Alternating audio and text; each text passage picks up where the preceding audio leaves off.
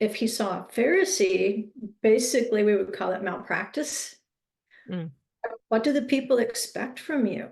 Well, Right. they expect the most ethical behavior. In all of our society, they expect the most ethical behavior from the Pharisees. And we know what they believed and did because they left us written records. Mm. And that's how we know that most of what Yeshua taught lined up with the ethics of the Pharisees of a particular school. There were two. Mhm. There were two schools of Pharisees. One was called the school of Shammai. Yeshua disagreed with them a lot.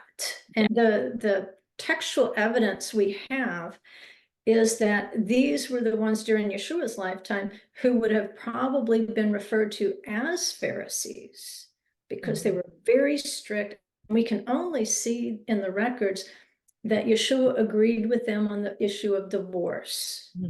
It's really the only thing we can point to and say, well, he agreed with Shammai on that, but everything else, he kind of like, no, I agree with the school of Hillel.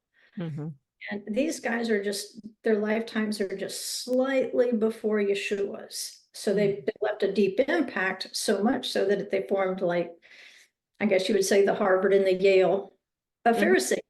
Yeah. And Hillel was a much more compassionate teacher and leader. He always tried to apply the most graceful